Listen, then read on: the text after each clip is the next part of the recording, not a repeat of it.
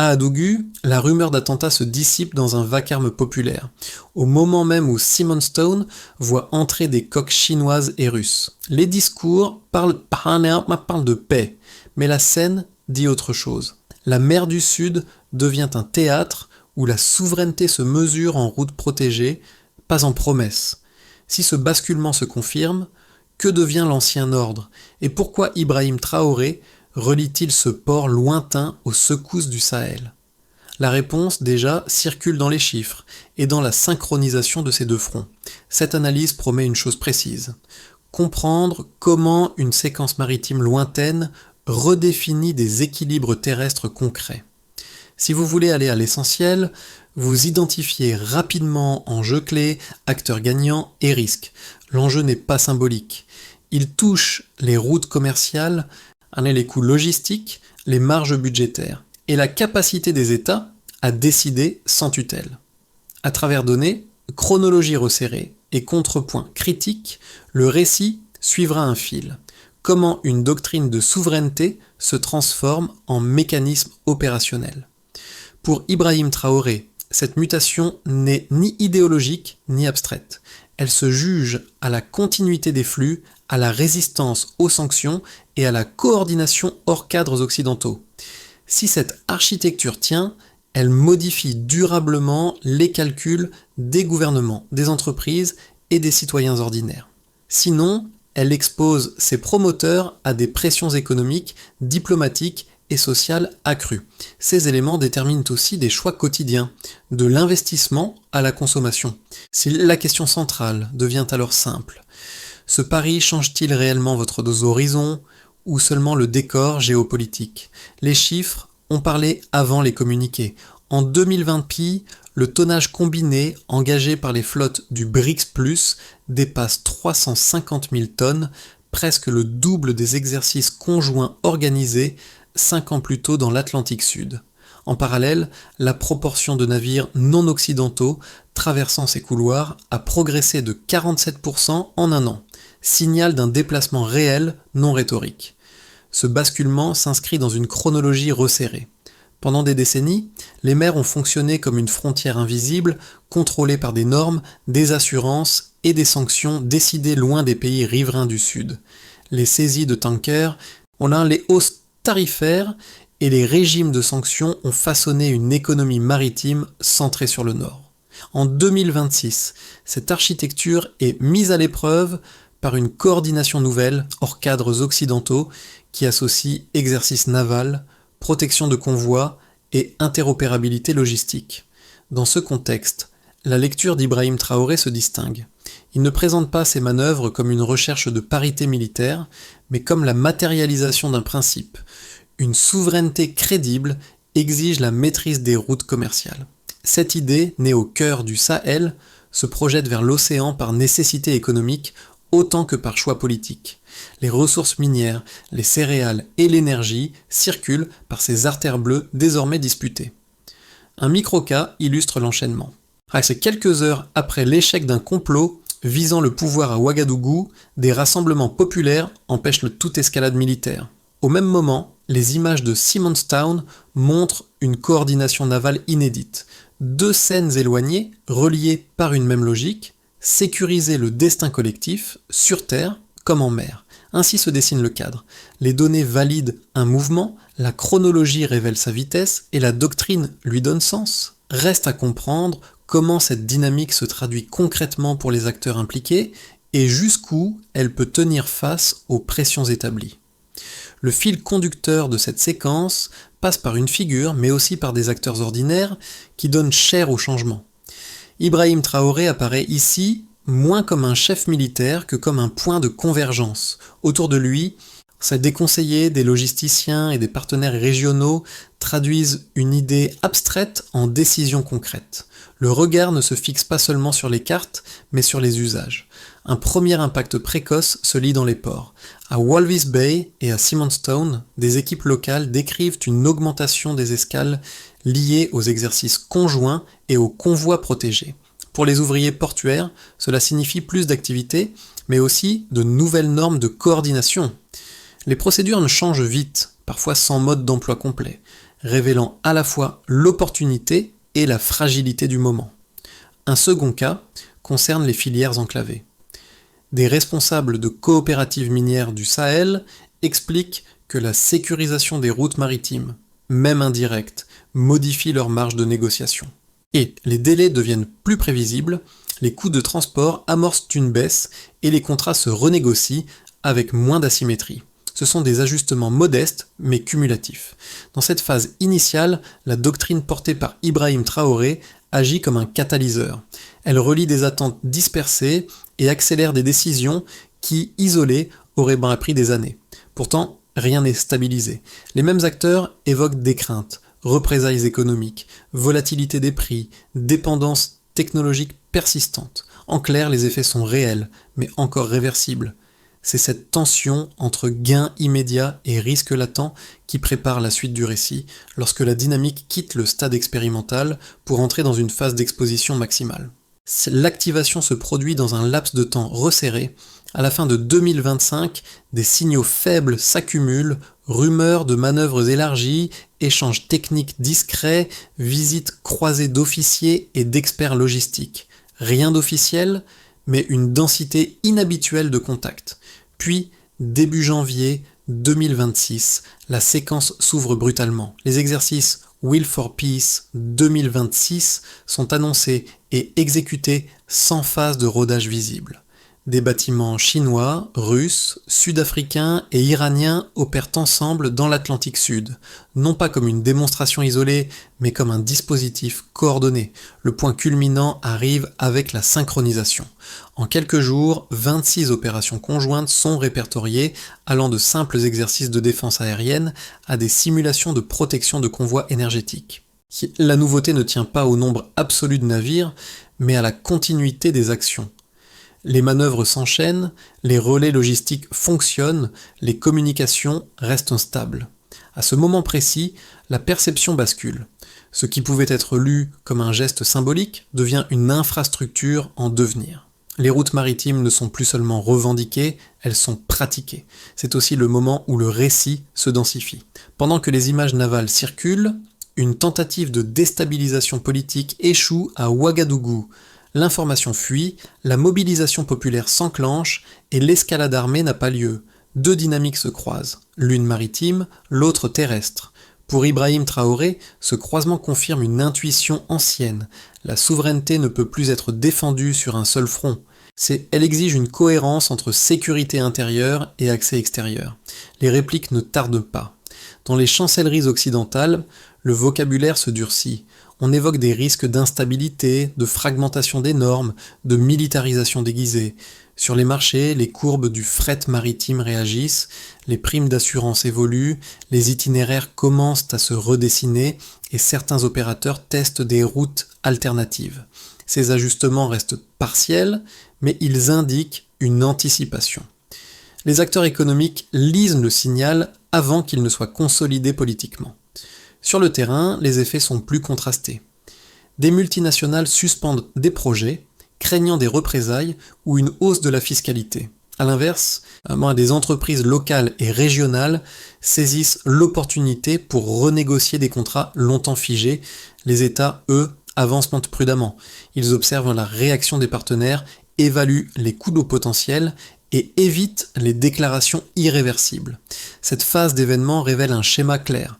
L'activation rapide crée un avantage de surprise. Le point culminant, par la coordination, transforme cet avantage en crédibilité. Les répliques, enfin, exposent la fragilité de l'ensemble. Rien n'est acquis, la dynamique peut s'étendre ou se contracter selon la capacité à absorber les chocs économiques et diplomatiques. C'est précisément à ce stade que la question des preuves chiffrées devient centrale, pour distinguer l'élan durable de l'effet de surface. Avant 2026, le point de départ est clair. Et les couloirs atlantiques du Sud étaient majoritairement fréquentés par des flottes et des opérateurs liés aux puissances occidentales avec des normes d'assurance, de financement et de sécurité définies hors de la région. Cette baseline structurait les coûts, les délais et les dépendances. En un an, le delta devient visible. La proportion de navires non occidentaux transitant par ces routes augmente de 47%, ce qui signifie concrètement une diversification accélérée des acteurs capables d'assurer la continuité des flux. Ce chiffre, pris isolément, pourrait sembler abstrait. Son effet réel se lie dans les mécanismes qu'il déclenche. Une hausse de cette ampleur modifie la négociation des assurances maritimes, car le risque n'est plus concentré sur un seul bloc. Elle affecte aussi les délais, en réduisant la probabilité de rupture liée à des décisions politiques unilatérales. En pratique, cela crée un espace de manœuvre supplémentaire pour les États et les entreprises du Sud. Un second indicateur renforce ce constat. Le tonnage combiné engagé par les flottes du BRICS+, lors des manœuvres de 2026, dépasse 350 000 tonnes. Ce volume n'est pas seulement un symbole de puissance, il indique la capacité à maintenir des opérations continues sur plusieurs semaines, avec ravitaillement, maintenance et coordination. Autrement dit, il signale que l'effort n'est pas ponctuel, mais soutenable à court et moyen terme. Pour Ibrahim Traoré, ce type de données compte davantage qu'une comparaison directe avec les flottes occidentales, car il mesure la résilience plutôt que la supériorité. Le troisième élément chiffré concerne l'économie. Depuis le lancement des initiatives maritimes conjointes, la part des transactions sud-sud réalisées en devises locales progresse de 28%. Cette évolution réduit l'exposition aux sanctions financières et aux fluctuations imposées de l'extérieur. En termes simples, elle diminue le coût invisible de la dépendance monétaire. Pour les opérateurs locaux, cela se traduit par des marges légèrement plus stables et une capacité accrue à planifier. Ces trois mesures dessinent un ensemble cohérent. La hausse des transits non occidentaux montre l'ouverture effective des routes. Le tonnage engagé atteste de la capacité à les sécuriser dans la durée. L'évolution des transactions révèle un impact direct sur les circuits économiques. Aucun de ces indicateurs, pris seul, ne suffit à conclure à un basculement irréversible. Ensemble, ils constituent toutefois un faisceau de preuves. Les critiques occidentales soulignent que ces chiffres restent modestes comparés aux capacités globales de l'OTAN ou à la flotte américaine. L'argument est factuellement fondé, mais il déplace le débat. La dynamique observée ne cherche pas la parité immédiate. Elle vise à rendre crédible une alternative fonctionnelle. Dans cette logique, la question n'est plus qui domine, mais qui peut continuer malgré la pression. Ainsi, les données jouent un rôle central. Elles ancrent le discours dans le mesurable et limitent l'excès rhétorique. Pour Ibrahim Traoré, elles servent surtout à prouver que la souveraineté n'est pas une déclaration, mais une série d'écarts concrets entre l'avant et l'après. Reste à examiner l'argument inverse, celui des sceptiques, pour tester la solidité de ce raisonnement. Les critiques les plus structurées ne viennent pas des marges, mais des centres d'expertise occidentaux. D'abord, l'argument avancé est le suivant. La supériorité technologique et numérique de l'OTAN resterait écrasante. Les flottes engagées dans l'Atlantique Sud compteraient une trentaine de bâtiments, quand la marine américaine aligne encore plusieurs centaines d'unités actives dotées de capacités de projection et de renseignement sans équivalent. Dans cette lecture, les manœuvres de 2026 relèveraient davantage d'un effet de scène que d'un changement stratégique durable. Ensuite, un autre argument s'impose, la dépendance économique du Sud limiterait toute ambition maritime autonome. Sans accès aux technologies clés, aux systèmes électroniques avancés et aux chaînes de maintenance du Nord, la continuité opérationnelle serait vouée à s'éroder. Les sanctions, même partielles, finiraient par créer des goulets d'étranglement, rendant l'ensemble vulnérable à moyen terme. Autrement dit, l'alternative serait fragile par construction. Ces deux objections méritent d'être prises au sérieux, elles reposent sur des données réelles et sur des précédents historiques. La réponse ne consiste pas à les nier, mais à déplacer le cadre d'analyse. Ibrahim Traoré ne défend pas une parité militaire classique, il propose une rupture fonctionnelle.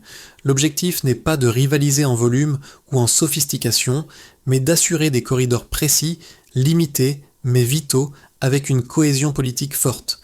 Les chiffres apportent ici un contrepoint, et la Chine, fournit déjà 60% des composants électroniques utilisés dans certains systèmes de drones sahéliens, et l'Inde participe à la maintenance de réseaux de communication liés aux initiatives maritimes conjointes. Cette répartition ne supprime pas la dépendance, mais elle la reconfigure. Le risque n'est plus concentré sur un seul fournisseur, ni sur une seule zone politique. De plus, la coordination observée en 2026 montre que la valeur stratégique ne réside pas uniquement dans la puissance brute. Une chaîne logistique cohérente, soutenue par une volonté politique partagée, peut compenser partiellement l'écart technologique. C'est ce déplacement qui rend l'argument sceptique incomplet. Ainsi, le débat se clarifie. La question n'est pas de savoir si l'alternative est parfaite, mais si elle est suffisante pour durer et s'adapter. C'est cette zone grise entre fragilité et résilience qui prépare le point de bascule suivant du récit. Ce qui change à ce stade n'est pas l'ampleur visible des manœuvres, mais leur effet cumulatif sur les calculs des acteurs. Jusqu'ici, l'initiative pouvait être interprétée comme une expérimentation audacieuse.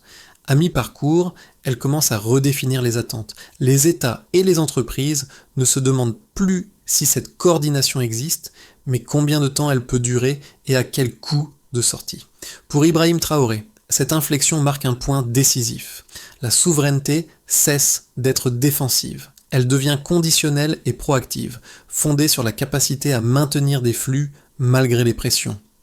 Le récit n'est plus porté uniquement par des discours ou des images, mais par la répétition des actes. Exercice, accord technique, continuité logistique. Chaque itération réduit l'incertitude perçue. Ce déplacement a une conséquence immédiate. Les partenaires potentiels hésitants commencent à observer différemment. Certains retardent leurs engagements, d'autres testent des coopérations limitées, sans annonce publique. La prudence domine, mais elle n'est plus synonyme d'inaction. Elle devient une attente stratégique. À ce point précis, la dynamique n'a pas encore gagné. Elle a toutefois franchi un seuil. Celui où l'échec coûterait désormais autant que la poursuite. C'est cette asymétrie nouvelle qui prépare les effets concrets pour les sociétés, les économies et les équilibres régionaux. Les effets de la dynamique engagée ne se répartissent pas uniformément. Ils touchent différemment 4 groupes clés, révélant à la fois des opportunités tangibles et des tensions persistantes. Pour les États, d'abord, l'impact est diplomatique autant qu'opérationnel. Le Burkina Faso, bien que pays enclavé, voit sa position idéologique renforcée par l'accès indirect à des corridors sécurisés. Les invitations à des sommets et les accords bilatéraux se multiplient, offrant une marge de négociation accrue. Cette visibilité nouvelle comporte toutefois un coût, une exposition plus forte aux pressions politiques et aux mesures de rétorsion. Pour les entreprises, le changement est plus immédiat. Les sociétés locales de logistique et de transformation bénéficient d'une baisse mesurée des coûts de transport, estimée à 15% sur certains segments grâce à la sécurisation accrue des itinéraires. Et cette réduction améliore la prévisibilité et facilite la renégociation de contrats longtemps figés. En revanche, plusieurs multinationales adoptent une posture d'attente, suspendant investissements et projets face à l'incertitude réglementaire et au risque de sanctions croisées. Le marché se segmente entre acteurs opportunistes et acteurs prudents. Les populations, elles, perçoivent le basculement à travers des signaux plus diffus. Dans les centres urbains, l'idée d'une souveraineté traduite en logistique nourrit un sentiment de fierté et de participation à un mouvement global. Les slogans et récits circulent rapidement, mais cette dynamique s'accompagne aussi de contraintes. Les tensions sur certaines importations, la volatilité des prix et les risques de blocage énergétique rappellent que l'autonomie a un coût social immédiat. L'adhésion populaire reste forte, mais elle n'est pas inconditionnelle. Enfin, au niveau régional, l'effet d'entraînement est visible. Des pays comme le Sénégal, le Togo ou la Namibie observent attentivement l'expérience. Des initiatives citoyennes et politiques s'organisent autour de l'idée que la souveraineté économique peut s'étendre jusqu'à la mer, même pour des États historiquement marginalisés.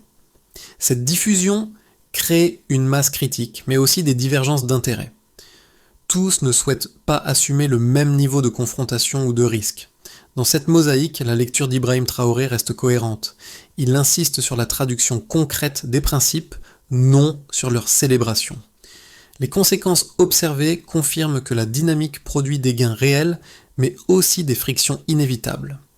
La question n'est plus de savoir si l'initiative a un impact, mais comment ces impacts seront gérés dans le temps. Ce constat ouvre la voie à une interrogation plus prospective. Si les effets actuels sont déjà perceptibles, quelles trajectoires peuvent émerger à l'horizon des prochains mois et quelles décisions pèseront le plus lourd dans l'équilibre final ? À horizon d'1 an, la dynamique observée peut évoluer selon 3 trajectoires distinctes. Aucune n'est certaine, toutes dépendent de décisions cumulatives et de chocs externes. Un premier scénario, que l'on peut considérer comme le scénario de base, prolonge la tendance actuelle sans rupture majeure. Les exercices navals conjoints se poursuivent sous un format élargi mais prudent. L'Afrique du Sud accueille un nouveau sommet maritime, tandis que les corridors sécurisés s'étendent vers l'océan Indien. Les tensions avec Washington persistent, mais restent contenues dans un registre diplomatique. Dans cette configuration, le Burkina Faso consolide son rôle de pivot idéologique et Ibrahim Traoré s'impose comme une figure régionale plus que comme un provocateur global. Le scénario optimiste repose sur une accélération maîtrisée. De nouveaux États rejoignent la coordination maritime, apportant ressources, ports et légitimité politique. L'Union africaine adopte un cadre juridique reconnaissant une forme de souveraineté maritime partagée, une première historique. Cette reconnaissance réduit l'incertitude réglementaire et stabilise les investissements sud-sud. Les marchés régionaux gagnent en prévisibilité et l'effet d'entraînement renforce la confiance économique.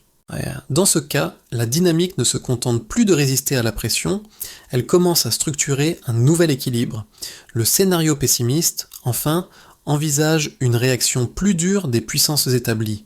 Les sanctions financières se multiplient, les lignes d'approvisionnement se tendent et les manœuvres conjointes sont qualifiées de militarisation déguisée. Une campagne d'influence cherche à isoler les figures centrales du mouvement et à fissurer la cohésion interne. Les divergences d'intérêts réapparaissent entre partenaires et la tentation d'un repli national gagne du terrain. La dynamique survit, mais au prix d'une instabilité accrue et de coûts sociaux plus élevés. Entre ces 3 voies, la réalité pourrait osciller. Un élément transversal les relie, la capacité à transformer l'élan en structure. Si les mécanismes de coordination deviennent permanents, alors la résilience augmente. S'ils restent événementiels, alors la pression externe reprend l'avantage. Le choix ne se fera pas en un sommet, mais dans l'accumulation de décisions quotidiennes, souvent invisibles. La question qui s'impose est donc simple à formuler, mais difficile à trancher. Quelle trajectoire sera jugée acceptable par les sociétés concernées, au regard des coûts et des bénéfices déjà ressentis ? À ce stade, la dynamique décrite cesse d'être abstraite. Elle se traduit par des choix concrets qui concernent directement plusieurs catégories de personnes. Pour les jeunes actifs urbains, l'ouverture de corridors sécurisés et la diversification des partenariats nourrissent un horizon professionnel élargi. Les secteurs de la logistique, de la maintenance portuaire et des services associés gagnent en visibilité, même si les opportunités restent inégalement réparties et encore fragiles. Pour les entrepreneurs locaux, l'enjeu est plus pragmatique. Une meilleure prévisibilité des flux réduit certains risques, mais exige aussi une adaptation rapide aux nouvelles normes, aux partenaires multiples et à des circuits de financiers moins familiers. Ceux qui disposent de marge de manœuvre saisissent l'occasion. Les autres avancent avec prudence, conscients que la volatilité politique peut inverser la tendance. Les familles et consommateurs ressentent l'effet de manière indirecte. Les récits de souveraineté et de dignité circulent largement, renforçant un sentiment d'appartenance à un mouvement collectif. En parallèle, les tensions sur les prix, l'énergie ou certaines importations rappellent que la transition a un coût immédiat. L'adhésion repose alors sur un équilibre délicat entre espoir projeté et contraintes vécues. Pour les diasporas, enfin, la séquence ouvre un espace symbolique nouveau. L'image d'État capable de peser sur les routes mondiales modifie la perception extérieure et renforce certains liens économiques ou culturels. Ce capital immatériel reste difficile à mesurer, mais il influence les décisions de retour, d'investissement ou d'engagement. À ce niveau, aucun geste spectaculaire ne s'impose. Les leviers sont modestes. S'informer, diversifier ses choix économiques, soutenir des initiatives locales viables, rester attentif aux signaux faibles. L'impact cumulé de ces décisions individuelles reste incertain, mais il participe à la solidité de l'ensemble. À ce moment, la question devient alors personnelle. Face à ces transformations progressives, quelle marge d'action chacun est-il prêt à assumer, sans attendre que les équilibres se figent définitivement? À ce stade, la durabilité du mouvement dépend moins des discours que d'une architecture praticable. Une feuille de route pragmatique s'esquisse autour de quelques étapes claires, souvent évoquées mais rarement articulées. Il s'agirait d'abord de consolider les routes maritimes sécurisées existantes. Les exercices conjoints doivent évoluer vers un mécanisme permanent de veille, de secours et de protection des convois placés sous un mandat multilatéral africain. L'objectif n'est pas l'expansion militaire, mais la continuité des flux. Il faudrait ensuite investir dans les compétences. La création d'une école maritime régionale, à de reliant les académies du Cap, de Luanda et de Dakar, permettrait de former des officiers, des ingénieurs et des logisticiens capables de défendre, mais aussi de commercer. Sans capital humain, la coordination reste dépendante de partenaires extérieurs. Il deviendrait aussi essentiel de sécuriser la valeur économique. L'institutionnalisation d'une charte des ressources souveraines garantirait que les richesses extraites, terrestres ou maritimes, restent majoritairement détenues par les citoyens. Cette règle réduit les tensions sociales et renforce la légitimité politique du projet. Enfin, il faudrait bâtir un réseau de communication sud-sud dédié. Partager données, innovations et signaux d'alerte hors des filtres dominants améliore la réactivité collective et limite les asymétries d'information. Dans cette séquence, Ibrahim Traoré apparaît comme un catalyseur plus que comme un chef d'orchestre solitaire. La réussite dépend de la capacité à distribuer les responsabilités et à mesurer les progrès par des indicateurs simples. Continuité des routes, baisse des coûts, stabilité des partenariats. La logique est exigeante, elle demande du temps, de la discipline et un équilibre constant entre fierté et prudence. Mais elle offre une cohérence rare entre le rêve et la méthode. La question finale de cette étape est donc directe. Ces structures seront-elles mises en place assez vite pour transformer l'élan actuel en résilience durable? Le récit revient alors à l'image initiale, celle d'un horizon longtemps perçu comme lointain. Dans les ports africains, les coques d'acier reflètent une lumière nouvelle, non parce qu'elles sont plus puissantes, mais parce qu'elles portent une intention partagée. Ce motif, déjà esquissé plus tôt, prend ici une densité humaine. Les pêcheurs, les dockers, les familles qui suivant les images à la télévision ne parlent pas de géostratégie, ils parlent de dignité rendue visible. Ibrahim Traoré s'inscrit dans cette scène comme un point de fixation symbolique. Il n'apparaît ni triomphant ni messianique, mais attentif aux effets concrets de ce qu'il a contribué à lancer. Sa posture rappelle que la souveraineté, pour être crédible, doit être vécue avant d'être proclamée. Elle se lie dans la continuité des actes, pas dans l'intensité des slogans. Le rappel est essentiel, rien de ce qui a été décrit n'est définitif. Les routes peuvent se fermer, les alliances se tendre, les équilibres se déplacer à nouveau. Pourtant quelque chose demeure. C'est une conviction collective selon laquelle le destin n'est plus entièrement négocié ailleurs. La phrase qui s'impose, comme un clou discret, tient en peu de mots. La dignité devient système quand elle dure. Reste alors une interrogation simple, presque intime. Cette idée, désormais incarnée, saura-t-elle résister à l'épreuve du temps et des renoncements ordinaires? La séquence se referme sans injonction, mais avec une invitation collective. Ce qui s'est joué entre le Sahel et les océans ne relève pas d'un slogan, ni d'un camp à soutenir aveuglément. C'est une expérience en cours, observée par des sociétés, des entreprises et des États qui cherchent leur place dans un monde moins prévisible.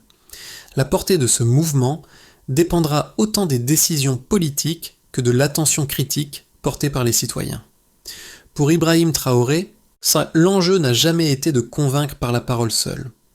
Il s'agit de maintenir un espace de dialogue, même conflictuel, où la souveraineté peut être discutée sans être confisquée. Cette posture ouvre une responsabilité partagée.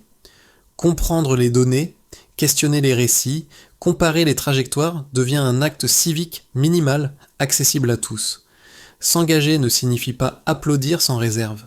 Cela peut vouloir dire suivre l'évolution des faits, soutenir des initiatives économiques viables ou simplement refuser les lectures simplistes. Dans un monde fragmenté, la nuance devient une forme de résistance. La question laissée ouverte n'appelle pas de réponse immédiate. Elle invite à la durée. Quel type de souveraineté souhaitons-nous voir émerger et jusqu'où sommes-nous prêts à en assumer les conséquences ensemble ?